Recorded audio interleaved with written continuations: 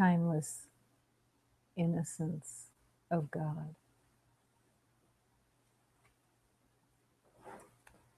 In timelessness, you exist.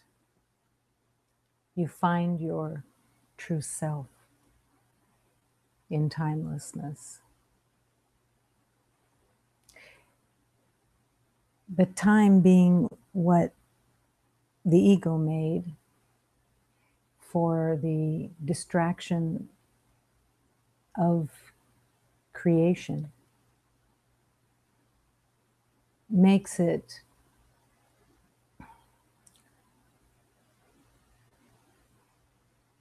an element that you can't quite figure out. When it works for you, when you're on time, when you're waking up on time or going to sleep on time or arriving on time or figuring out how to deal with time and go backwards so that you're on time, then it looks like time is your ally, your confidant in figuring out the world. And then when your relationship with time works like the ego does, going back and forth between good and bad, then your alarm doesn't go off. Or you thought it was going to take you a half an hour to get somewhere and it takes you an hour. It starts to betray you, or so it seems. That you're trying to work with time and time is not cooperating.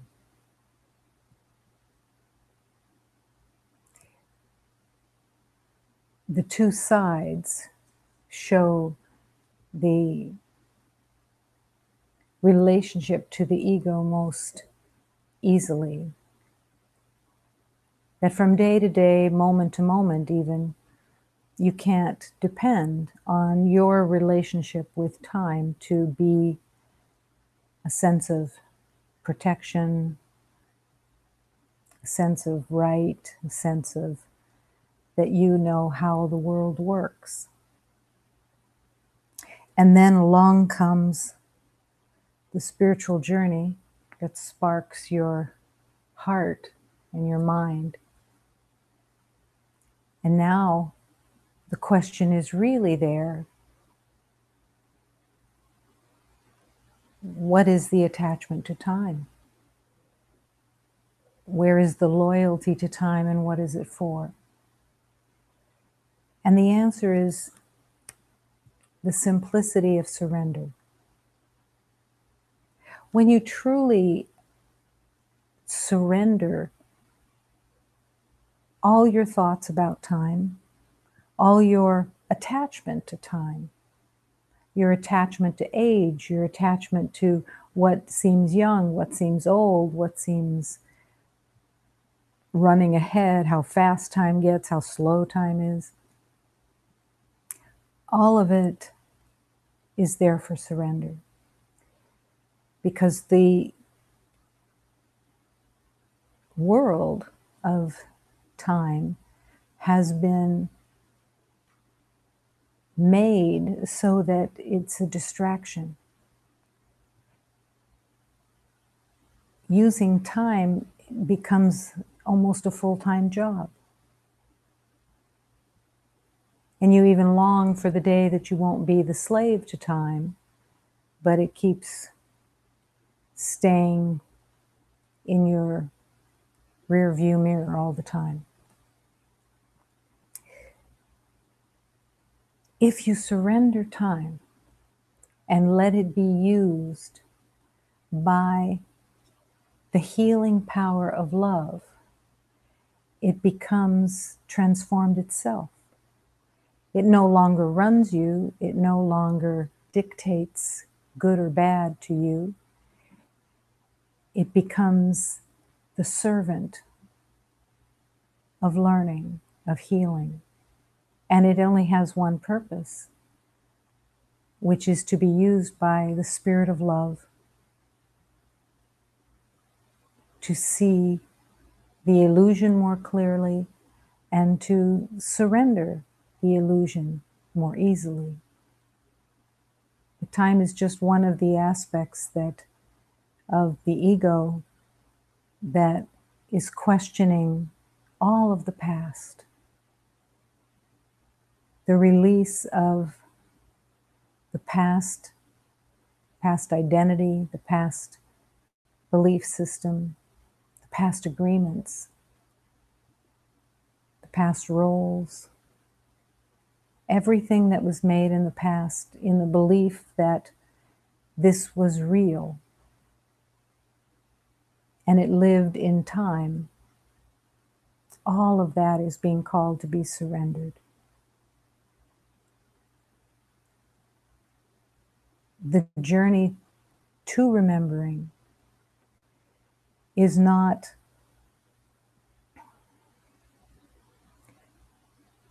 difficult and it's not easy.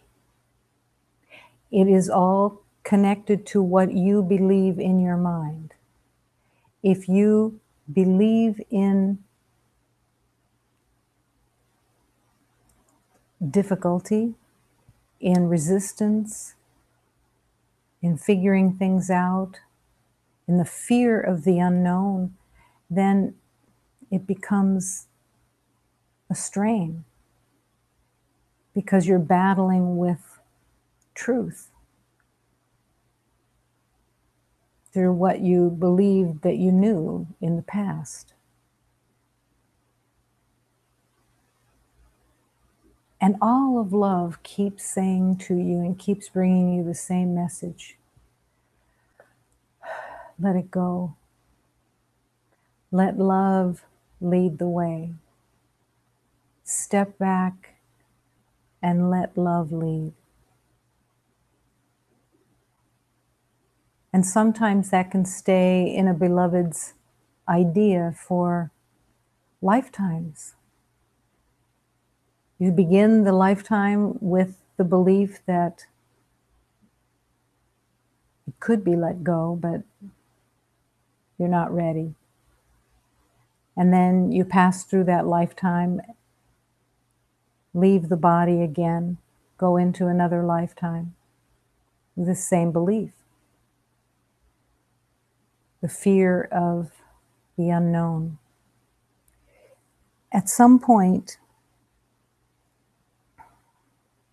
there is going to be a wonderful, or there has been a wonderful mechanism that says, I'm tired. I'm tired of trying to figure this out, and I'm tired of defending against love. And that raising of the white flag could be the most loving offering that you ever gave to yourself, to raise the white flag and discontinue the battle. The self-imposed battle, because it is all self-imposed. My sense is that everyone carries basically the same beliefs. I see it through every sacred teaching that is a universal teaching meant for everyone. And in that moment when you take in that teaching, it strikes you, or it can strike you that, oh, this is a universal belief that everyone is into the same thing, the same illusions. And there is a comfort in that awareness that it's all the same, that everybody carries the same illusions, the same intention to resist God's direction. Everybody resists, or else there wouldn't be all these multiple lives. But how long do you want to resist? That can be the question that you ask within. How long do I want to resist? Even even the slightest resistance has enough determination in it that it becomes true for you, and it can hold you in limbo for lifetime after lifetime. The ego, while you're resisting, is kind of doing attaboys, cheering on the resistance. That, yeah, you're tough, you're gonna win this one. But every time rolls around to what do you truly want, the same answer comes up. The same answer that says, I'm here to learn to love. I must love. It's what I'm here for. And you begin again. You begin again with, this time, help me with the resistance. Help me to surrender more easily and stop attacking myself. There is an element within that resistance that, again, everybody carries together. But it's a strange element. There's a belief within, because you live in your own story, in your own identity story that you brought with you. And in that belief, the ego really encourages the belief that you are in a upside down kind of way, that your story is special, that your wounds are special, that your pain is exponentially large, and it feels that way. But what the intention does is give you the feeling that you need to be separate from all those that are equally seeking truth. And it becomes the reason many times to stay separate. I can't be healed. My story, my pain is too deep, too great. And it looks almost like humility, but it is actually arrogance that overrides the truth of God and decides this is too much to heal. Well, the power of God has no too much to heal, because all that you're healing is actually illusion. It's not reality. So when God brings healing to an illusion that, when seen correctly, disappears. And that's what God in healing is providing, is the awareness of the insanity of believing that it's real, that you could be something other than what God created, and that your story verifies it, even though it can disappear just as easily as you made it up. That is the way of love. The realizing that the outside world that you made is not the truth of God, and the inside world that you made is also not the truth of you or God. And to find that place of happiness, of letting it go.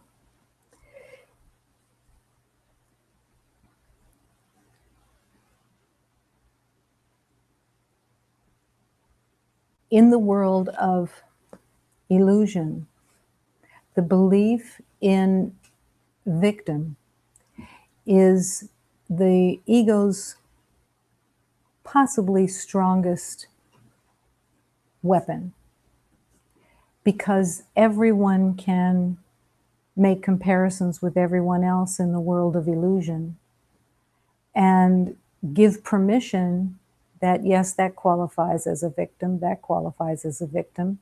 Oh, that one definitely, that one not so much. But making it real by judging who is authentically a victim and who is almost a victim. And then the truth of love comes along and says, there is no victim. Everything that's in your mind is attacking you because you believe in it. When you believe in fear, when you believe in lack, when you believe in separation, it's painful. It's hell. It's the pain of hell. But it is not the world of a victim. It is the world of a mistake, of an error in thinking, an error in agreement that has no validity. Take that leap of faith where you accept and embrace that you cannot be a victim. It's not possible. You cannot be the child of God and be a victim. There's nothing to be a victim of.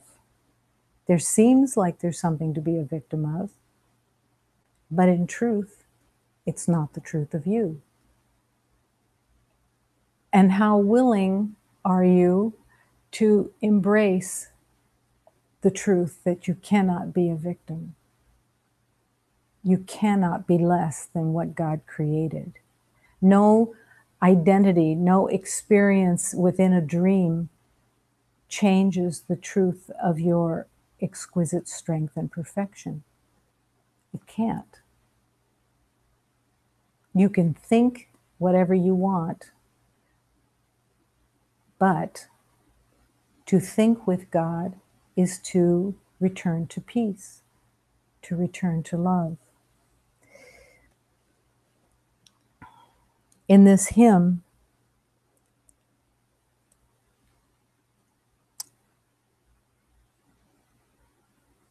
it says it very simply. I cried a lot, and I regretted all that had already passed, believing it was real. Now I leave everything that I made up. I leave it, and I'm going to go and live among the flowers. I'm going to live among the flowers with the Blessed Mother, with truth, with harmony, with peace, heaven in this moment. And to recognize that the fears that have appeared have been a great rebellion. These two lines of healing can take you all the way to remembering who you are. The fears that appear have been a great rebellion because every element of fear says no to God. It says, no, I'm in my knowing, and that's where I'm staying. But once you begin to truly accept that it is a rebellion when there's fear, the fears can seem authentic for sure. It's easy. It's the same fear, repetitiously the same fear. But to realize that it is a rebellion against love, it's saying, I want this fear and I want it to be true because it upholds my identity. And I will use fear to stay in that separation. Nobody does that sanely. It's only from the belief that fear can be conquered and used as a weapon, as an identity. But it never really comes to that. It just stays in the pain and the suffering within of worry, concern, suspicion, all of the trying to control, all of it is painful and self-imposed because God never could make fear. There is no fear in God. There is no fear in love. Only in the self-made identity that says, I want to stay separate. Let's all, beloveds, sing. Sing with love. Praising God, remembering our Blessed Mother, that will come and dispel all of these fears of resistance. I'm the child of the Blessed Mother. Let me learn to hold that in my heart and recognize the power of my declaration. I call the force of love, I call the force of love to come and open my heart, set me free. Let me return to reality. Choro muito e lamento tudo que já se passou. Deixo tudo saudocemente, vou viver no meio das flores. Vou viver no meio das flores, junto com a Virgem Maria.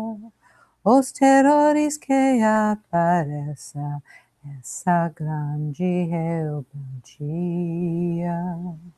Vamos todos, meus irmãos, vamos cantar com amor, para Deus e a Virgem Mãe nos defender desses terrores. Sou filho da Virgem Mãe, reconhece este poder. Chama a força, eu chamo a força, para vir nos defender.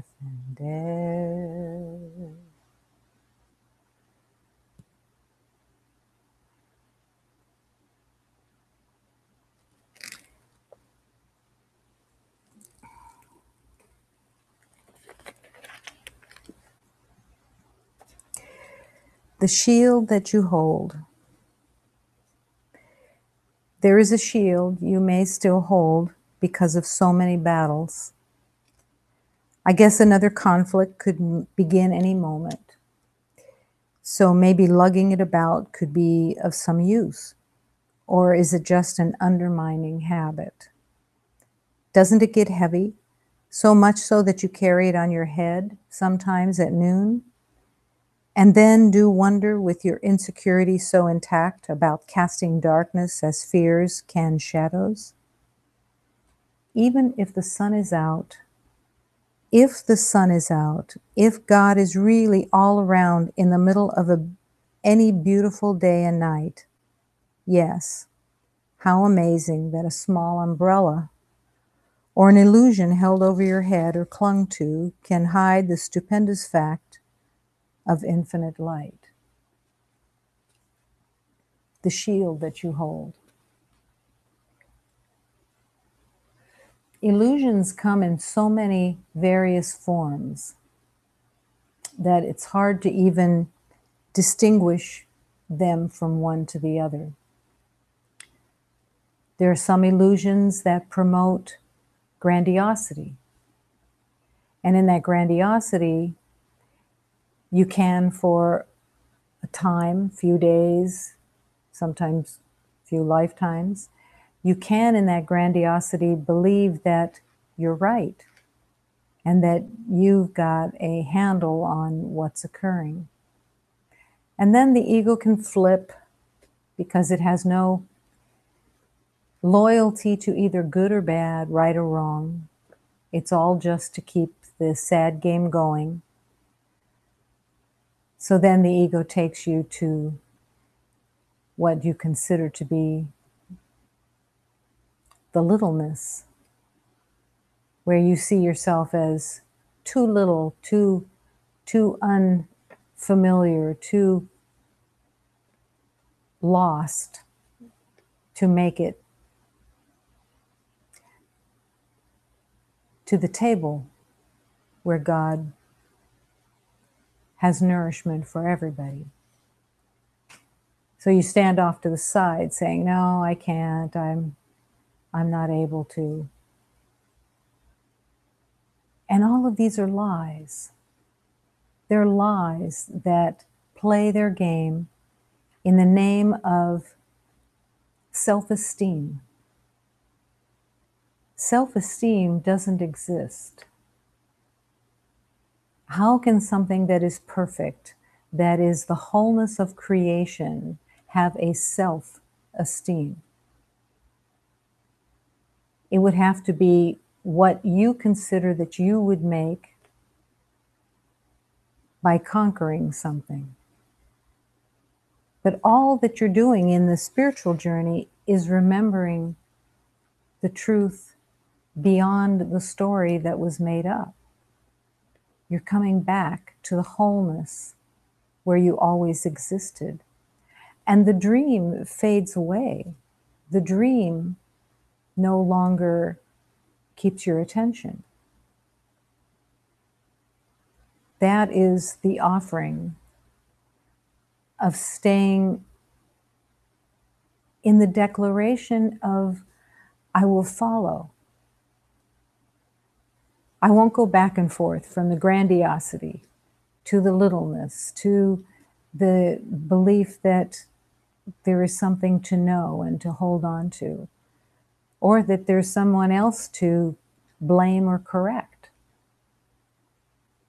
Every time, and this is a great temptation, every time your mind and heart goes to the story of the past, it's reinforcing separation. If you hold it as legitimate, as an explanation for the pain and suffering. And then the Holy Spirit says, put that story into the bonfire of love and learn the truth of who you truly are. And set everyone else free that was part of that story. Let them be free as well. And realize that no child of God was asked to settle for a story that has no value at all. The light that you are cannot be contained by a temporary identification with battle, with lack.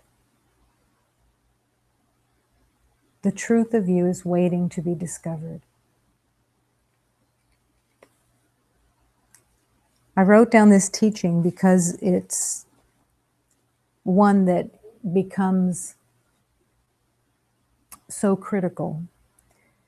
Those who remember always that they know nothing and become willing to learn it will learn it. But the first step is, I don't know. When you limit your learning, then you're not accepting the one mind. You're not willing to go into the truth of the one mind and rest there. Healing is freedom, for it demonstrates that illusions will not prevail against the truth. Illusions cannot prevail against the truth because illusions are made up. They come and they go. They disappear. Just like in the world that looks like evolution, that looks like progress, new rules are put in, new statements of fact, new ways of seeing the world, new leaders. It's all made up. And yet, if you put your faith in those temporary changes, you forget that there is only one truth. Healing is freedom. for it demonstrates that illusions will not prevail against the truth. Cannot prevail against the truth. But where is the truth? The truth is in your heart and in your mind, and yet not that accessible because of the dedication and devotion to the illusion. So when you ask for help, when you pray and ask for correction, for guidance, for the ability to see more clearly, you're asking the strength of the universe. You are calling on the power of creation to lead the way for you, to give you the strength of truth, to allow your senses to be cleared and transformed so that they can be used by the Holy Spirit to see truth rather than to see illusion. That is the power that is waiting. Forgive all thoughts which would oppose the truth of your eternal self and of unity and of peace. Forgive all thoughts. Every time you forgive a thought that's been made up, you're saying no to it. You're saying, I choose truth. It's what I truly want. And in that forgiveness, you are acknowledging and affirming that it was made up, that it wasn't the truth. You don't have to understand it. You don't have to even accept it. It's completely, but it's the willingness to have it shown to you, to really forgive all thoughts which oppose the truth. I've said before that trying to oppose the truth is a full-time job. The devotion to truth is also a full-time job. So it depends on which full-time job you're willing to align with. If it's to protect and defend, it's the full-time job that you think is worth the pain. But if you choose to forgive all thoughts and to let it go as not the truth of you at all or the truth of anyone, and to forgive all the roles of everybody and the expressions of pain and suffering that everybody carries and that you see through your mind, now it's time to let them all go. Forgive them all, set them all free, that you were mistaken when you thought you knew who they were. They've always been the light of God. Remember that you always choose between truth and illusion. And it becomes so simple. The simplicity of peace is your guideline. It's the light. It's the light that leads you. And it's always there to lead you, but you are either choosing between truth and illusion. If you're not at peace, you're choosing illusion. If you're choosing peace, you're choosing truth. It becomes so simple, so beautifully simple, because it is God's intention that it be as simple as possible so that there's no ego rising that says, oh, well, yeah, sure, this is too difficult for anybody. No, it's peace or it's illusion. It's peace or it's pain. It's always that simplified, because the Holy Spirit does not want anyone to not be able to navigate through peace and to reject the lies of illusion. We heal together as we live and breathe and love together. Live and breathe and love together, because that's all that truly exists. What happens when you have the opportunity to offer love in a moment? And you're making a choice, and you don't, for the first time, maybe you're seeing that you're making a choice. You're either going to offer peace, offer love, or another another condemnation comes up, or a comparison, or a correction that you think is necessary because you believe in that moment that your disturbance is because of someone else's actions. But all you have to do is come back to peace over and over and over again and accept nothing else. And then the Holy Spirit begins to open your heart, and you start to experience compassion and gratitude and harmony and peace, because that is the natural truth of who you are. Completely, completely. As God created you, you must remain unchangeable. Everything that you think is being changed in the journey of healing is what is illusion. The truth of you is unchangeable. Perfect, whole, complete, unchangeable. Cannot be changed. No matter what you have done in any lifetime to make another identity, it never changed the truth. It never changed anyone's truth. And that's why it's so essential to surrender the story, the script, the ideas into the hands of God.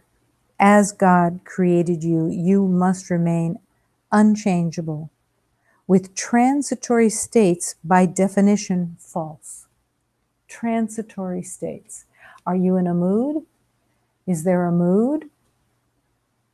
Do you find yourself upset or in a mood of some kind? It's a transitory state that you've made up.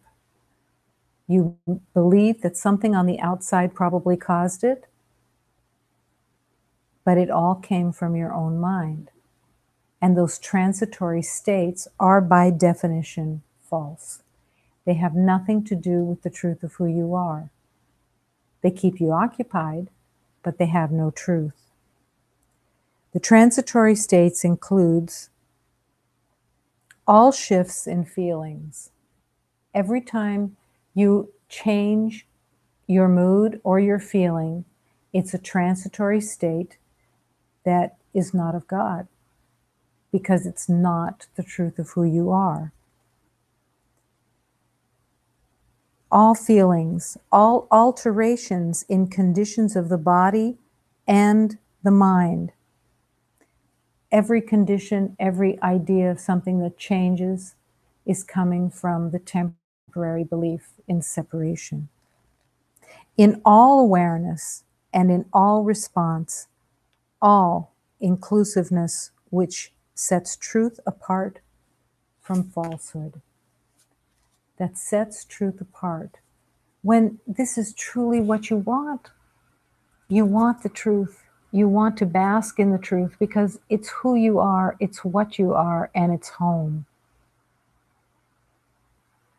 And the beauty of healing is that it doesn't matter at all what you think you've done.